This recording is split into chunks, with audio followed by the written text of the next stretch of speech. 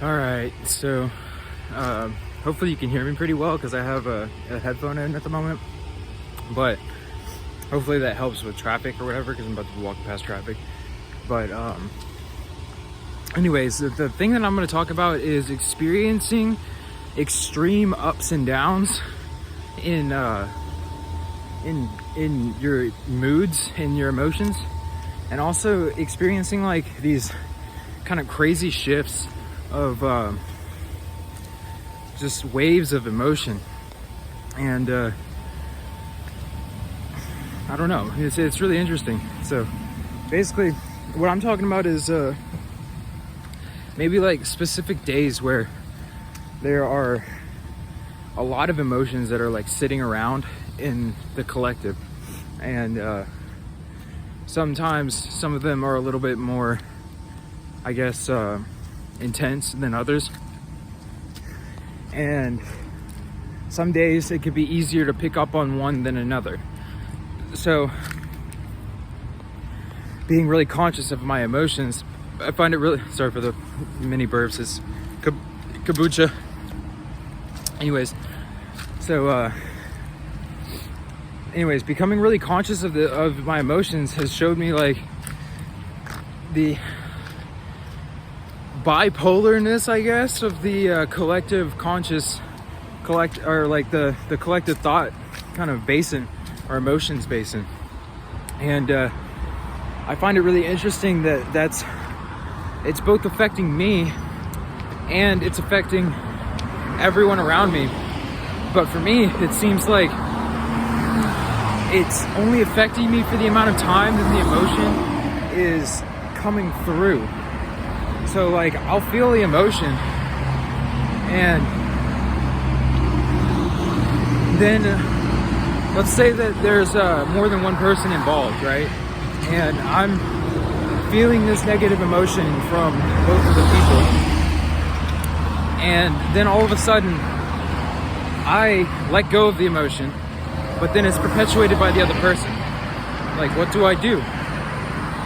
Well, the first thing is to not blame yourself for letting go of emotions.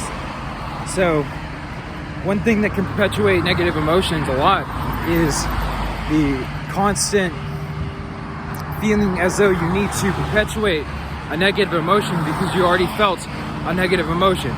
So it's almost like you're trying to justify feeling negative as some sort of a thing to justify the fact that you felt negative, you know? So it's basically like you are perpetuating a negative attitude or thought pattern because of the fact that you think that since you already felt this negative feeling, you must continue feeling that way, otherwise that negative feeling was pointless, and therefore you look like an idiot if you don't stay negative. And I find that hilarious, because that's like such a trap. It really is. It's such a trap. It's like it's hilarious, honestly, because then, I mean, it's also not at the same time, because you watch other people and you see how they stay in these negative states of consciousness for extremely long amounts of time. But at the same time, it's funny because it only lasts as long as you let it last. So the only reason that these negative attitudes perpetuate for longer than a couple of seconds is because you continue to perpetuate it in your mind. And I find that really, really interesting, because I'm still dealing with like if I come around another thought form that is extremely negative, I'm still trying to figure out how to put up, you know, all these energetic blockages to be able to never feel negativity come into me. But you see, the thing is that I don't want to put up energetic blockages. I want to allow whatever energy is coming through me to come through, and I want to enable that energy to flow through me as best as possible and as smoothly as possible. So I'm not wanting to, because if you think about it like this, the way that a negative polarization kind of polarizes itself is by the perpetuation of blockages in order to cut off their heart from feeling other people's feelings. So if you decide to put up this big ass energetic blockage, then that's literally just you perpetuating a negative point of view because you feel as though you have to separate yourself from something else. Now, sometimes it is good to separate yourself from other things, because sometimes it can be, damaging to your health. But most of the time, the energy can be accepted, and then as soon as it's accepted, it's transmuted inside of you. An example earlier was like I was feeling a lot of frustration and energy, and then all of a sudden I realized that energy wasn't mine and it wasn't coming from me. And the first kind of thing that came up in my head was to put up a blockage and to basically just block off that energy from coming into my field of consciousness. But then I realized that is just perpetuating the negative energy. Meaning, if you block that off, then it's just going to end up coming back in some other way, somewhere else. And I find that pretty interesting as well, because that shows the karma in action, I guess. But it's like the other way that karma works. It's almost like the way that that karma perpetuates itself is the same way that negativity perpetuates itself, which I find hilarious too. Because, like, as the Buddha says, I guess, everything is dukkha, or suffering. So as long as we're here to suffer. But at the same time, the level of suffering that you can perpetuate is the level of joy and happiness that you can hold as well. So it all has its polarity and things like that. But anyways, so the whole thing that I was trying to get to is that, like, these collective negative thought forms and bubbles and all these things, they end up basically permeating into people's minds without them understanding what's happening, and then is perpetuated through their thought patterns of basically justifying a negative feeling to themselves because of the fact that they already felt it. But just because you feel something doesn't mean that you have to identify with it. And just because you feel something doesn't mean that it's yours. You could very well be an empathic person who's feeling into other people's energy. And give me 1 second, I'm just taking my shoes off. But you could very well be an empathic person who's just feeling into other people's energy. And you are literally just feeling into the collective thought bubble. Whatever time I possibly can, by the way. Even if it's on the side of the road, I'll still walk barefoot on the side of the road. Grounding yourself is awesome. Anyways, so I don't know. This one has been a little bit of a rambly one, but I felt like it was kind of important to talk about, like, the negative thought bubbles and stuff, and, like, basically, like, you don't have to perpetuate negative energy. You can literally choose to accept whatever is happening, and through the choice of accepting whatever happens, that negative energy has nowhere to go, so it just dissipates, and then it moves into your heart, and it's transmuted into, like, not always positive vibes, but at least neutral, you know? For me, I've kind of learned how to transmute things into positive vibes, mostly because I generally sit in a positive vibe, and when I feel negative energy, it's very prominent because it's so contrasting to my normal state of being that it's much easier to pick out nowadays. Which I'm sure that'll happen for everybody, you know? Like, it's not like anything special for me or anything. All it takes is just starting to notice your energy and starting to notice the way that your emotions are feeling, and basically just becoming conscious of your emotions. And then when you're feeling bad, like, I know it's really, really hard to do this, but you have to separate yourself from yourself at that point, and you have to realize that you're just perpetuating a feeling that's making you feel worse by continuing to tell yourself that you feel bad. So as soon as you can accept the energy that's flowing through you, then that energy can be transmuted into something that can be useful for you. That's literally the nature of the whole universe. is to take energy and transmute it and move it into another form. That's what the universe is for. And they say that we had like a fall in consciousness. This whole thing is so that we can learn to transmute that negative energy that we had, which is not bad. Negative energy is like, it's a polarity. So it's the opposite of the creative energy. It's the destructive energy. And it's necessary for the perpetuation of life, because in order for you to have life, you have to have a contrast of death as well. And death means destruction or dissolution, but that's also not a bad thing, because it all dissolves or moves into itself. So it basically, when it's destroyed, it's like it's broken down in order to be able to be rebuilt into something else.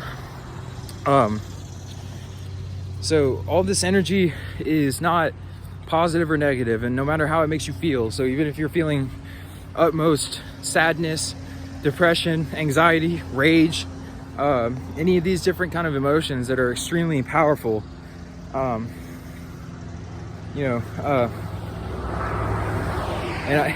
all have their own kind of energies to them, and I'm going to go into it a little bit deeper too, about how to transmute any of these different energies, because I've learned how to transmute most of my energy at this point. The hardest one for me to deal with is feeling other people's repressed rage and other people's repressed anger, and feeling that inside of me too. And I understand that everybody has anger and stuff that they repress, but understanding that this is an energy that's coming from somebody else's repressed feelings, and then feeling it so powerfully in me as well, sometimes will make me want to put up an energetic blockage, because it makes me feel as though I've already gone through this and I don't need to do it for this other person too. And that's when I'm in the moment. But then once I accept the energy that's flowing through me, then I gain a massive compassion, and I realize that that in that moment I was healing that other person because they may not have been capable of healing that themselves. And then secondly, they're also they're reflecting a part of myself to myself, and I can't just like let that kind of go. I can't really like let that I guess slip through the cracks, because I have to understand that I have to accept all parts of myself in order to be able to transcend this physical reality. And obviously I haven't transcended this physical reality if I'm still here. I may understand a lot of the energies in how it works because of so much experience, but that doesn't mean that I have completely transcended it. And even when I thought that I had completely transcended it, I still only touched the surface. I only got a very small glimpse, or a very small taste of what is actually there. And that was me thinking I was so conscious that I was going to break reality, and now knowing that that's just a tiny little like minutia. It's like a single grain of sand on the entirety of the universe, not just this planet, but the entire universe. Like, that's how small of the amount of consciousness that we hold is, as compared to the totality of everything. And that's humbling. That's really crazy. It's been a really interesting kind of rambly video, but I'm gonna post it anyways.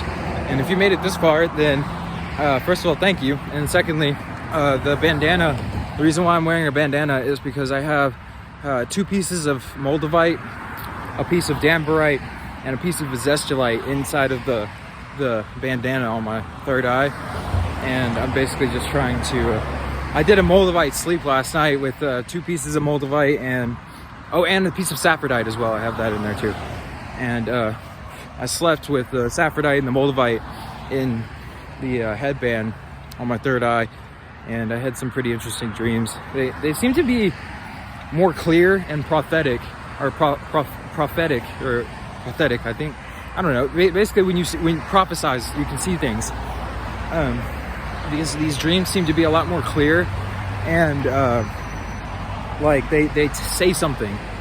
Like they all have a specific kind of message that is trying to be put across whenever I do this. Like it seems as though, I mean, all of my dreams seem like they have a message to them, but this one in particular, like when I put moldavite and other stones on my third eye, it seems to just like kind of make it way easier for me to be able to pick up the messages that are in that, and also to remember the dreams afterwards too. And also it makes me wake up at like 3 o'clock or 3:30 in the morning, like every morning, which I've been doing that anyways for a while now.